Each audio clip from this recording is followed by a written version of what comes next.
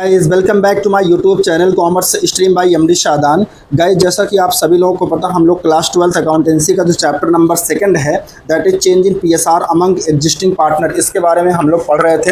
Last video में guys हमने question number 33, 34 and 35 के बारे में हमने पढ़ा था। तो आज की इस वीडियो में गाइस हम उसके आगे के क्वेश्चंस देखेंगे, यानी कि क्वेश्चन नंबर 36 का ए, क्वेश्चन नंबर 36 का बी और क्वेश्चन नंबर 37 देखेंगे। यानी टोटल 3 क्वेश्चंस आज की इस वीडियो में हम लोग पढ़ेंगे। तो आइए सबसे पहले हम लोग देखते हैं क्वेश्चन नंबर 36 ए के बारे में क्या कह रहा है। देखो इसमें कह रहा है कि A B C and D are partners in a firm sharing profits and losses in the ratio of 2:1:1। यानी इस क्वेश्चन में 4 पार्टनर हैं ए बी सी डी, और इनका जो ओल्ड रेशियो है गाइस वो है 2:1:1, यानी कि 2/6, 2/6, 1/6 एंड 1/6, ये इनका ओल्ड रेशियो हो गया। फिर आगे कह रहा है कि they decided to share future profits and losses in the ratio of 3:2:3, यानी कि 3/10, 2/10, 2/10 एंड 3/10। ठीक है, ये इनका न्यू रेशियो हो गया। आगे कह रहा कि for this purpose goodwill of the firm valued at ₹1,50,000। ठीक है, तो गाइज इसमें गुडविल की वैल्यू दी है 1,50,000, और क्योंकि जो पार्टनर्स हैं उनका जो रेशियो है वो चेंज हो रहा है, तो इस क्वेश्चन में यहाँ पे आपको गुडविल का अकाउंटिंग ट्रीटमेंट करना पड़ेगा। ठीक है, उसके लिए आप एंट्री पास करेंगे gaining partners capital account debit, ठीक है, to sacrificing partners capital account. इसका मतलब इस क्वेश्चन में आपको gaining and sacrificing ratio calculate करना पड़ेगा। ठीक है, बिल्कुल वैसे जैसे हम आपको जब पढ़ाए थे अकाउंटिंग ट्रीटमेंट ऑफ गुडविल, उस केस में जैसे हमने पढ़ाया था। ठीक है, कि जब क्वेश्चन में नॉन एग्जिस्टिंग गुडविल दी हो, ये गाइस जो है 1,50,000 की ये जो गुडविल यहाँ पे दी है वो किसका एग्जांपल है? नॉन एग्जिस्टिंग गुडविल का एग्जांपल है। ठीक है, देखो एग्जिस्टिंग गुडविल का एग्जांपल का मतलब होता है कि जब वो बैलेंस शीट में गिवन होती है, यानी कि ओल्ड गुडविल जो होती है। लेकिन यहाँ ऐसा कुछ नहीं कह रहा, यहाँ तो कह रहा कि वैल्यूड। ठीक है, वैल्यूड का मतलब वैल्यू किया गया है, इसका मतलब ये नॉन एग्जिस्टिंग गुडविल है। और आगे कह रहा कि there was also a reserve of ₹60,000 in the books of the firm, और कह रहा कि सिर्फ गुडविल ही नहीं, जो बुक्स ऑफ अकाउंट है, जो बैलेंस शीट है, उसमें ₹60,000 का रिजर्व भी दिख रहा है। ठीक है, फाइंड आउट सैक्रिफाइसिंग रेशियो, हमें सैक्रिफाइसिंग रेशियो कैलकुलेट करना and gaining ratio and pass necessary journal entries assuming that reserve is not to be distributed. यानी केस नंबर 2 में हम लोग फॉलो कर रहे हैं, यानी कि जब रिजर्व को पार्टनर्स के बीच में या फिर पार्टनर्स के कैपिटल अकाउंट में ट्रांसफर नहीं किया जाता, यानी कि सेम उसी तरीके से जैसे गुडविल का ट्रीटमेंट करते हैं gaining partners capital account debit to sacrificing capital account करके, बिल्कुल उसी तरीके से इस क्वेश्चन को सॉल्व करना है। ठीक है, तो आइए सबसे पहले गाइज इसमें हम वर्किंग नोट नंबर 1 में क्या करेंगे, computation of gaining and sacrificing ratio calculate कर लेंगे। ठीक है, देखो इसमें 4 पार्टनर हैं, तो पार्टनर्स के कॉलम में आप चारों पार्टनर्स का नाम लिखेंगे। कौन कौन था? A B C and D, ये 4 पार्टनर हो गए। ठीक है, इसके बाद जो दूसरा कॉलम होता है ओल्ड रेशियो का, इसमें ओल्ड रेशियो लिख लेंगे पार्टनर का, जो कि 2/6, 2/6, 1/6 एंड 1/6 दिया था। ठीक है, फिर इसके बाद तीसरा कॉलम जो होता है न्यू रेशियो का, तो इसमें हम पार्टनर्स का न्यू रेशियो लिख लेंगे जो क्वेश्चन में दिया था 3/10, 2/10, 2/10 एंड 3/10। ठीक है, इसके बाद गाइज हम गेनिंग रेशियो कैलकुलेट करेंगे, जिसका फार्मूला होता है न्यू रेशियो माइनस का ओल्ड रेशियो। ठीक है, तो देखो ए का न्यू रेशियो कितना है? 3/10, ओल्ड रेशियो कितना है? 2/6। ठीक है, तो इसका एलसीएम हो जाएगा 60। इसके बाद 10 6 जार 60 और 6 3 जार 18। ठीक है, और 6 10 जार 60 और 10 2 जार 20, तो 18 - 20 ये हो जाएगा -2/60। ठीक है, अब देखो ए का जो आंसर आ रहा है गाइस, ये आ रहा निगेटिव में, इसका मतलब ए जो है वो सैक्रिफाइस कर रहा है। ठीक है, इसी तरीके से बी का कैलकुलेट करेंगे न्यू माइनस ओल्ड करके। ठीक है, तो इसका भी एलसीएम 60 आ जाएगा, तो 10 छक 60, 6 दूना 12 और 6 दाइम 60, 10 दूना 20, यानी कि 12 - 20 यानी कि -8/60 आ जाएगा। इसका भी आंसर देखो निगेटिव आ रहा है, तो गाइज इसका मतलब ये हुआ कि बी भी क्या कर रहा है? सैक्रिफाइस कर रहा है। ठीक है, इसके बाद इसी तरीके से हम सी का कैलकुलेट कर लेंगे न्यू माइनस ओल्ड करके। ठीक है, तो सी का न्यू रेशियो है वो कितना दिया था गाइस? 2/10, और ओल्ड रेशियो कितना दिया है? 1/6, तो इसका भी एलसीएम 60 हो जाएगा। तो 10 छक 60, 6 दूना 12 हो जाएगा, और 6 दाइम 60, 10 एकम 10, तो 12 में से 10 माइनस कर देंगे तो पॉजिटिव का 2/60 आ जाएगा। इसका मतलब जो सी है वो 2/60 गेन कर रहा है। ठीक है, फिर इसी तरीके से हम डी का भी कैलकुलेट कर लेंगे न्यू माइनस ओल्ड करके। तो देखो डी का जो न्यू रेशियो था वो कितना था? 3/10, और ओल्ड रेशियो कितना दिया था? 1/6, तो इसका भी एलसीएम 60 हो जाएगा। ठीक है, और 10 छक 60, और 10 का 3 में मल्टीप्लाई करेंगे तो सॉरी 10 छक 60, 6 त्रिक 18 हो जाएगा और 6 दाइम 60, 10 एकम 10 हो जाएगा। ठीक है, तो 18 माइनस 10 कर देंगे और 8/60 आ जाएगा। ठीक है, पॉजिटिव में आ रहा है, इसका मतलब डी भी क्या कर रहा है, गेन कर रहा है। अब देखो यहाँ पे दो पार्टनर गेन कर रहे हैं, कौन कौन, सी और डी। सी और डी गेन कर रहे हैं, तो सी और डी को हम डेबिट कर देंगे जर्नल एंट्री में, और ए और बी ये दोनों क्या कर रहे हैं, सेक्रीफाइस कर रहे हैं, तो इन दोनों को हम क्रेडिट कर देंगे। ठीक है, आइए अब इसका देखो, सबसे पहले वर्किंग नोट सेकंड बनाएंगे, क्योंकि देखो इस क्वेश्चन में गुडविल भी दी थी। यहाँ देखो मैं आपको दिखा दे रहा हूँ, इस क्वेश्चन में 1,50,000 की गुडविल भी दी है जो कि वैल्यूड की गई थी, यानी कि नॉन एग्जिस्टिंग गुडविल है। तो गुडविल का जो ट्रीटमेंट होता है, ठीक है, सेम ट्रीटमेंट रिजर्व का भी होता है। जब ये बोल दे क्वेश्चन में कि रिजर्व को पार्टनर्स कैपिटल अकाउंट में ट्रांसफर नहीं करना या फिर रिजर्व को डिस्ट्रीब्यूट नहीं करना है, तो सेम वही जर्नल एंट्री होती है जो गुडविल के केस में होती है। क्या जर्नल एंट्री होती है, gaining partners capital account debit to sacrificing partners capital account. तो इसको अलग अलग ना करके हम क्या करेंगे, दोनों अमाउंट को पहले एडजस्ट कर लेंगे, यानी नेट अमाउंट कैलकुलेट कर लेंगे वर्किंग नोट में। देखो यहाँ पे लिखा ना, net amount to be adjusted. तो देखो गुडविल कितना दिया है 1,50,000 और रिजर्व कितना दिया था 60,000, तो दोनों की वैल्यू को हम ऐड कर लेंगे। तो इन दोनों की वैल्यू को अगर हम ऐड करते हैं तो कितना आ जाएगा, टोटल अमाउंट आ जाएगा 2,10,000। अब क्योंकि एंट्री सेम होनी है तो इसलिए हम देखो अलग अलग भी कर सकते हैं, हम चाहें तो गुडविल के लिए अलग एंट्री करें, gaining partners capital account debit to sacrificing partners capital account. ठीक है, इसी तरीके से हम रिजर्व का भी अलग कर सकते हैं, gaining partners capital account debit to sacrificing, क्योंकि दोनों का अकाउंटिंग ट्रीटमेंट सेम होना है, सेम जर्नल एंट्री होनी है, तो कोई ज़रूरत नहीं है अलग अलग करने की। ठीक है, और आपकी बुक में जो आंसर दिया गाइस वो दोनों को एडजस्ट करके ही दिया है, तो इसीलिए हम दोनों की वैल्यू को पहले ऐड कर ले रहे हैं। ठीक है, तो टोटल वैल्यू हमें फाइंड हो गई कितना, 2,10,000। ठीक है, बस अब इसकी जर्नल एंट्री कर देंगे। एंट्री क्या बनेगी, जो पार्टनर गेन कर रहा था उसको डेबिट कर लेंगे। देखो सी गेन कर रहा था और डी गेन कर रहा था, तो सी के कैपिटल को डेबिट कर लेंगे और डी के कैपिटल को डेबिट कर लेंगे। ठीक है, और देखो सी का जो रेशियो निकल के आया था कितना था, 2/60। ठीक है, और वैल्यू कितना निकल के आई थी टोटल, 2,10,000। तो 2,10,000 का 2/60 करेंगे तो 7,000 आ जाएगा। इसी तरीके से डी का कैपिटल कितना आ जाएगा, 2,10,000 का 8/60 कर लेंगे तो ये आ जाएगा 28,000। ठीक है, फिर इसी तरीके से हम ए और बी को क्रेडिट कर देंगे। क्यों, क्योंकि ए और बी ये दोनों सैक्रिफाइस कर रहे थे। ठीक है, तो to A's capital to B's capital हो जाएगा, और इसका अमाउंट कैसे कैलकुलेट होगा, तो 2,10,000 का सैक्रिफाइसिंग रेशियो कितना आया था, ए का 2/60, तो 2/60 करेंगे 7,000 आ जाएगा। इसी तरीके से बी का 2,10,000 का 8/60 कर लेंगे तो 28,000 आ जाएगा। ठीक है, और नरेशन इसका लिख देंगे क्या, बीइंग एडजस्टमेंट एंट्री मेड। ठीक है, तो बहुत ही सिंपल है, कोई बड़ी डील नहीं है गाइस। देखो एक बार फिर से ब्रीफ में समझा दे रहा हूँ क्वेश्चन को। देखो इस क्वेश्चन में एक तो गुडविल का अमाउंट दिया था, नॉन एग्जिस्टिंग गुडविल का, और दूसरा रिजर्व का अमाउंट दिया था।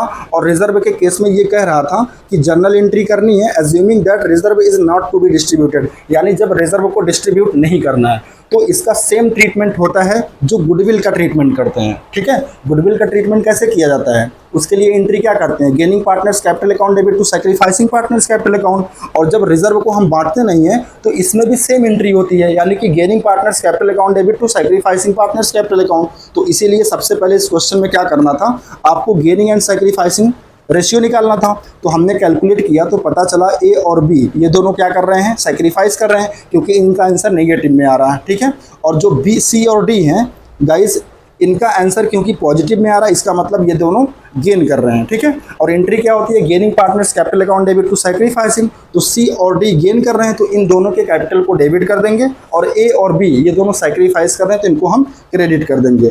और रही बात अमाउंट की, तो अमाउंट देखो कैसे निकालेंगे, दोनों अमाउंट को एडजस्ट कर लेंगे, यानी जो गुडविल का अमाउंट दिया था 1,50,000 ये ले लेंगे और इसमें प्लस रिजर्व को भी ऐड कर लेंगे, कितना था 60,000। तो टोटल वैल्यू कितना हो जाएगी 2,10,000। इसके बाद जो भी सैक्रिफाइसिंग रेशियो आया है या गेनिंग रेशियो आया है उससे मल्टीप्लाई करके हम जर्नल एंट्री कर लेंगे। ठीक है, तो देखो यहाँ C's capital account debit हो गया कितना, 2,10,000 का 2/60 यानी कि 7,000।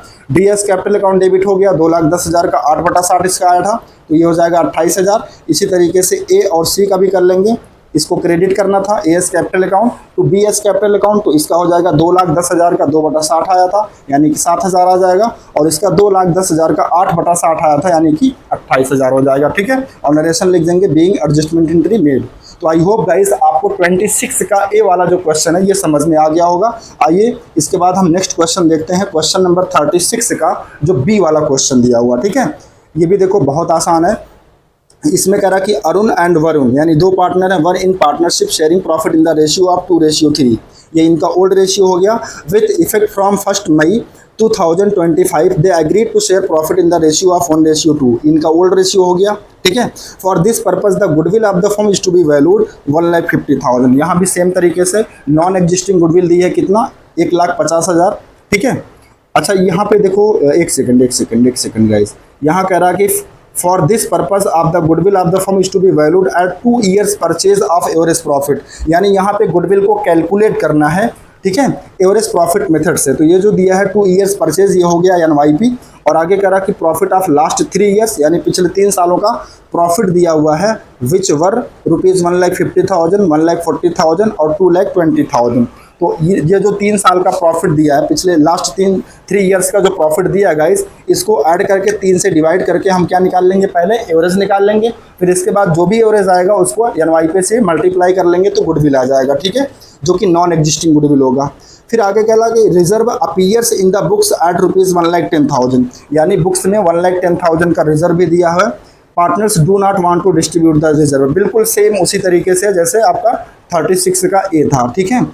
फिर कह रहा है कि you are required to give effect to the change by passing a single journal entry, मतलब एक सिंगल जर्नल एंट्री आपको करना, मतलब दोनों के अमाउंट को पहले गुडविल का जो अमाउंट दिया वो और प्लस जो रिजर्व का अमाउंट दिया, दोनों को एडजस्ट कर लेंगे, यानी कि नेट अमाउंट निकाल लेंगे। इसके बाद एक सिंगल एडजस्टमेंट एंट्री पास कर लेंगे, ठीक है। तो आइए देखिए इसका सोल्यूशन। सबसे पहले आपको क्या करना है, गुडविल का वैल्यूएशन करना है एवरेज प्रॉफिट मेथड से। तो देखो यहाँ पे मैंने लिखा है ना, वर्किंग नोट नंबर 1 में computation of goodwill by average profit method, ठीक है।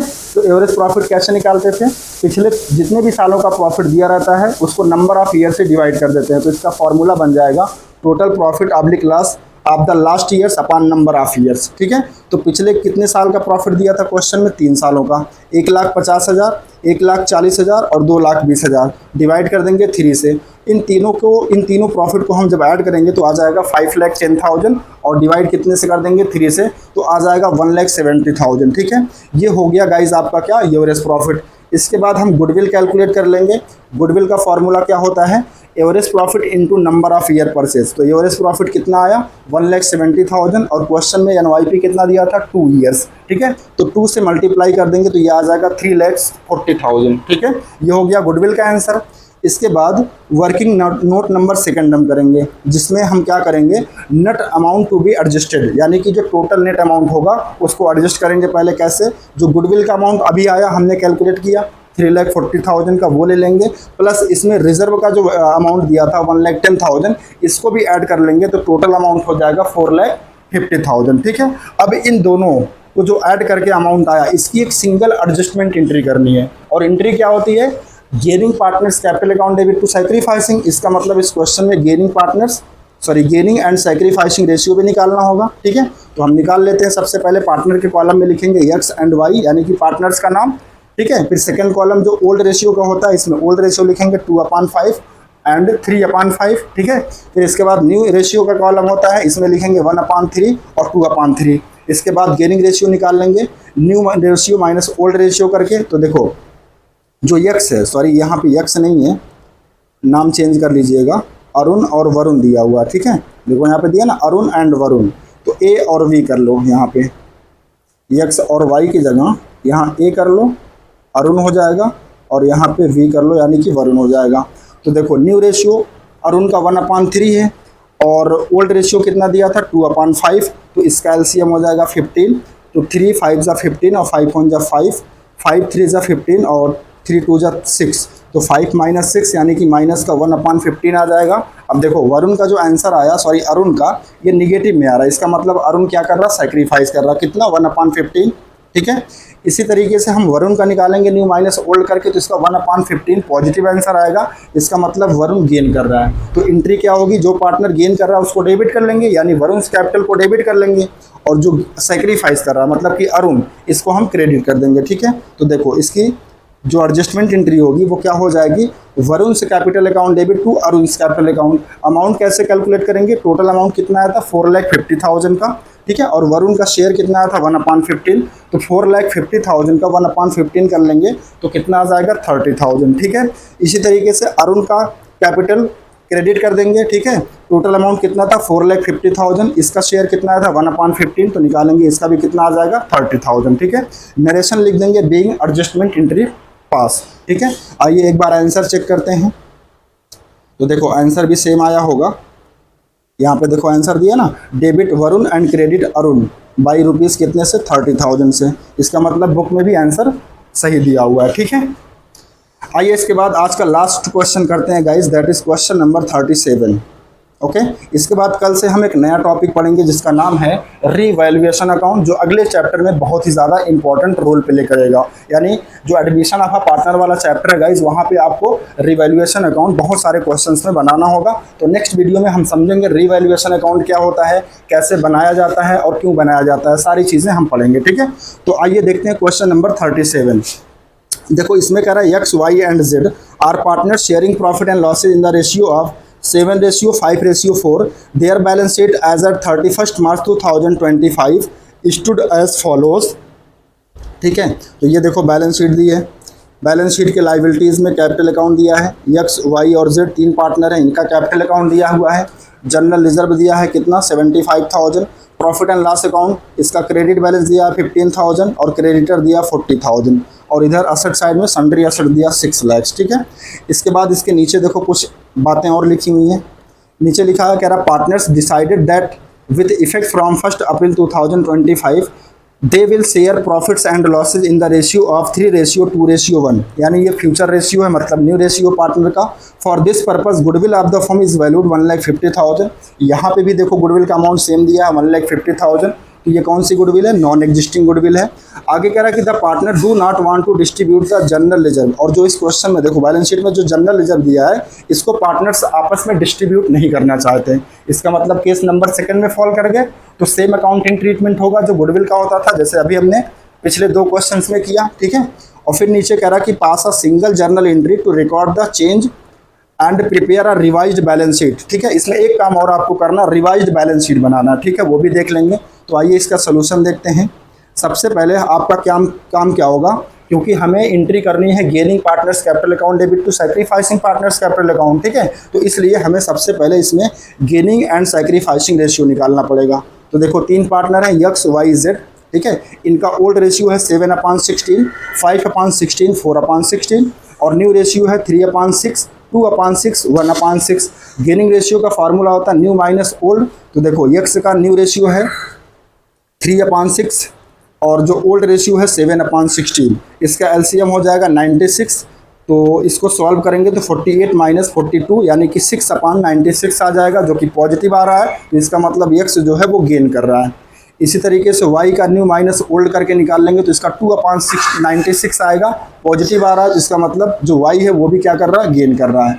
फिर इसी तरीके से z का निकाल लेंगे न्यू माइनस ओल्ड करके, तो इसका -8/96 आ जाएगा, इसका मतलब z सैक्रिफाइस कर रहा है। तो एंट्री क्या बन जाएगी, x s capital account debit, y s capital account debit to z s capital account, ठीक है। लेकिन इससे पहले हम क्या करेंगे, टोटल अमाउंट एडजस्ट कर लेंगे। यहाँ देखो वर्किंग नोट नंबर 2 में दिया ना, net amount to be adjusted. तो देखो एक तो गुडविल क्वेश्चन में दिया था, रिजर्व दिया था और पीएल अकाउंट का क्रेडिट बैलेंस। तो इन तीनों का सेम ट्रीटमेंट करना है जो गुडविल का जैसे हम ट्रीटमेंट करते थे, क्योंकि ना तो रिजर्व बांटना है और ना तो पीएल अकाउंट का क्रेडिट बैलेंस, इसको पार्टनर्स में डिस्ट्रीब्यूट करना है। तो इन तीनों के लिए एंट्री क्या होती है, gaining partners capital account debit to sacrificing partners capital account. तो आप इन तीनों की वैल्यू को ऐड कर लीजिए। गुडविल कितना दिया था 1,50,000, रिजर्व कितना दिया था 75,000 और पीएल अकाउंट का क्रेडिट बैलेंस जो दिया था वो दिया था 15,000। तो इन तीनों को ऐड करेंगे तो आ जाएगा 2,40,000, ठीक है। इसके बाद इसकी जर्नल एंट्री कर लेंगे। एंट्री क्या बनेगी, जो पार्टनर्स गेन कर रहा था उसको डेबिट कर लेंगे और जो सैक्रिफाइस कर रहा था उसको क्रेडिट कर लेंगे, ठीक है। तो 1/4/2021 को देखो एक्स और वाई ये दोनों गेन कर रहे थे, तो एंट्री हो जाएगी X's capital account debit, Y's capital account debit और टू जेड एस कैपिटल अकाउंट। जेड के कैपिटल को क्रेडिट करेंगे, क्यों, क्योंकि जेड जो है सैक्रिफाइस कर रहा था। अब अमाउंट कैसे निकालेंगे, लेंगे। देखो टोटल अमाउंट जो हमने कैलकुलेट किया वो हुआ कितना 2,40,000, तो इसका निकाल लेंगे 6/96। यक्स का शेयर कितना आया था 6/96, तो ये आ जाएगा 15,000। इसी तरीके से वाई का निकाल लेंगे 2,40,000 का, और वाई का शेयर कितना आया था 2/96, तो ये आ जाएगा 5,000। ठीक है, फिर इसी तरीके से जेड का निकाल लेंगे 2,40,000 का 8/96 यानी कि 20,000, और नरेशन हो जाएगा बीइंग एडजस्टमेंट एंट्री मेड। ठीक है, यहाँ तक क्लियर है। ये तो बिल्कुल 36 का जो ए था और 36 का जो बी था सेम उसी तरीके से 37 वाला क्वेश्चन है। बस इसमें एक नई चीज़ आपको क्या करना, रिवाइज्ड बैलेंस शीट बनाना है। ठीक है, देखो ये भी कोई बड़ी डील नहीं है, बस इसमें एक चीज़ ध्यान रखिएगा, जो रिजर्व है, जो पीएल अकाउंट का क्रेडिट बैलेंस है, सेम अमाउंट यहाँ भी दिखना चाहिए बैलेंस शीट में। मतलब क्योंकि उसको बांट के ख़त्म तो किया नहीं गया है, पार्टनर्स ने उसको बांटा नहीं है, लेकिन हाँ जो एडजस्टमेंट एंट्री हुई है उसका एडजस्टमेंट यहाँ पे कर लेना। कैसे, देखो सबसे पहले आप कैपिटल अकाउंट दिखाओगे लाइबिलिटी साइड में। देखो यक्स का कैपिटल कितना दिया था बैलेंस शीट में 2 लाख रुपया, वाई का कितना दिया था 1,50,000, और जेड का कितना दिया था 1,20,000 रुपया। इसके बाद देखो गाइस, ये एंट्री समझो, इस एंट्री का मतलब क्या होता है, ये जो एंट्री आपने किया है इसका मतलब क्या होता है, यक्स और वाई को हमने डेबिट किया है, इसका मतलब भविष्य में ये लोग गेन करेंगे कितना, फ्यूचर में यक्स जो है 15,000 गेन करेगा और वाई जो है 5,000 गेन करेगा। तो आज हम इन दोनों से इतना इतना पैसा ले लेंगे, यानी इनके कैपिटल से 15,000 माइनस कर देंगे वाई एक्स के कैपिटल से, और वाई के कैपिटल से 5,000 माइनस कर देंगे। ठीक है, और जो जेड था ये क्योंकि भविष्य में 20,000 सैक्रिफाइस करेगा, तो आज हम जेड को 20,000 रुपया दे देंगे। ठीक है, तो देखो आपको करना क्या है, बैलेंस शीट में जो यक्स का कैपिटल दिया है उसमें से 15,000 माइनस कर देंगे, क्योंकि फ्यूचर में ये 15,000 गेन करेगा। उसी तरीके से 5,000 वाई के कैपिटल से माइनस कर देंगे, क्योंकि फ्यूचर में 5,000 ये गेन करेंगे। लेकिन जो जेड है उसके कैपिटल में 20,000 ऐड कर देंगे, क्योंकि ये 20,000 सैक्रिफाइस करेंगे फ्यूचर में। तो देखो यही मैंने यहाँ पे किया है बैलेंस शीट में। यक्स का जो कैपिटल है 2 लाख रुपया, इसमें से 15,000 माइनस कर देंगे, तो इसका कैपिटल बचेगा कितना 1,85,000, और वाई का जो कैपिटल दिया था 1,50,000, इसमें से 5,000 माइनस हो जाएगा, तो इसका कैपिटल बचेगा 1,45,000। और जो जेड है इसका 1,20,000 था, लेकिन क्योंकि ये भविष्य में 20,000 सैक्रिफाइस करेगा, तो इसलिए इसके कैपिटल में 20,000 ऐड कर देंगे। ठीक है, तो इसका कैपिटल हो जाएगा 1,40,000। समझ में आ गया। तो गाइस कुछ नहीं करना होता है, अगर आपको रिवाइज्ड बैलेंस शीट बनानी है और आपने ये एंट्री किया है गेनिंग पार्टनर्स टू सैक्रिफाइसिंग, तो देखो इस एंट्री का मतलब क्या है, देखो यक्स और वाई के कैपिटल को डेबिट करने का मतलब क्या है, उनके कैपिटल को कम किया जा रहा है, और जेड के कैपिटल को क्रेडिट करने का मतलब है कि उनके कैपिटल को बढ़ाया जा रहा है।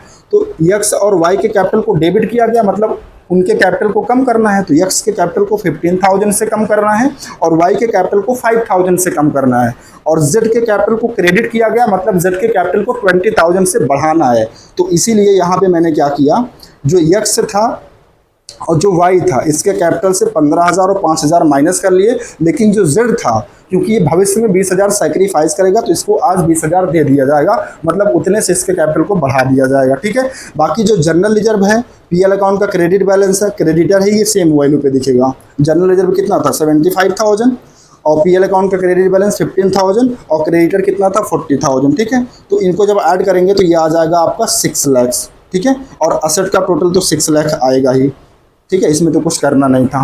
तो इस तरीके से आप रिवाइज्ड बैलेंस शीट बनाएंगे। इसमें बस ये ध्यान देना है, जो पार्टनर गेन करेगा उसके कैपिटल से उतना अमाउंट माइनस कर देंगे, और जो पार्टनर सैक्रिफाइस करेगा उसके कैपिटल में उतना अमाउंट ऐड करके दिखा देंगे। ठीक है, बाकी और कोई भी चेंज नहीं करना है। जो जनरल रिजर्व है, जो पीएल अकाउंट का क्रेडिट बैलेंस है, उनका जो अमाउंट होगा वो एज इट इज दिखेगा बैलेंस शीट में, क्योंकि इन लोगों ने बांटा नहीं था। ठीक है, हाँ, एडजस्टमेंट करने के लिए उनके कैपिटल से प्लस माइनस हो जाएगा। तो आई होप गाइस आपको क्वेश्चन नंबर 37 भी समझ में आया होगा।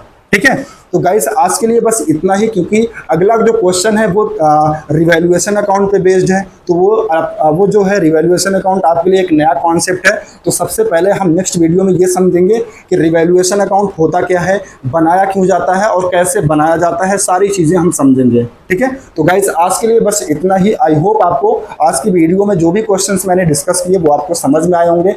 अगर किसी बच्चे को कोई कन्फ्यूज़न हो रही है तो प्लीज़ इस वीडियो को आप दोबारा देखिए, आपको सारी चीज़ें क्लियर हो जाएंगी, और नहीं क्लियर होती हैं तो प्लीज़ हमको कमेंट करके ज़रूर बताइए। ठीक है, तो मिलते हैं गाइस आपसे नेक्स्ट वीडियो में। आज के लिए बस इतना ही। Thank you so much.